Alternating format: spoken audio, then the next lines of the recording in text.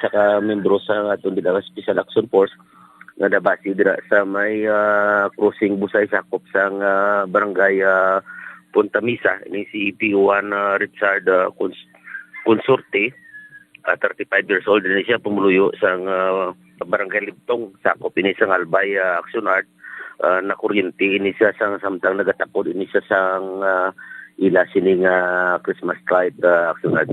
Nanuman na uyatan niya ang open wire?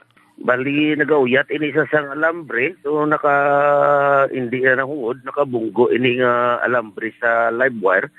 Di balo naman kita kun alambre, direct na ang power man sina kun makasagid ini sa live wire Action Art. Pag kuryente ya sir, nahulog pa siya kung nagpilit siya sa kuryente?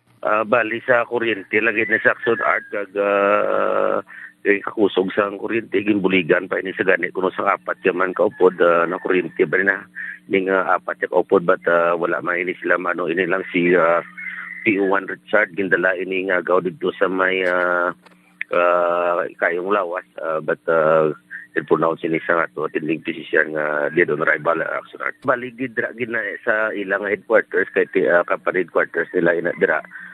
Bali nanakod ini siya sang ilang Christmas light. Siguro ining ginuuyatan niyang alambre, hindi manungod nakasagid ini sa live wire Action Art kagamo ini natunahan nga nakuriti siya. Bagod sinisir ng insidente, may ara kapanugyan, especially nga nagasulod ang Christmas season, nagkalabanan, takod sa mga Christmas decor nga may ara sang lights para man sa ila safety, sir?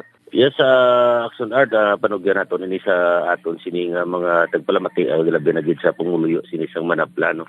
Kung hindi magid naton kabisado sini ang pag ubra sang kuryente o pag panakod sini sang aton sini kuryente, mag-hire na lang kita sini sang mga electrician gid na qualified electrician agod nga magtakod sini sa aton mga kinanglanon labi na gid subong sini nga Disyembre kay kinanglanon gid naton magtakod sini sa mga Christmas light no kag kung hindi kita sini Mayo amo man niyang to halinan sini sa aton sini nga sunog Action Art. So napanugyan naton nga maghalong kita labi na gid subong nagapakadto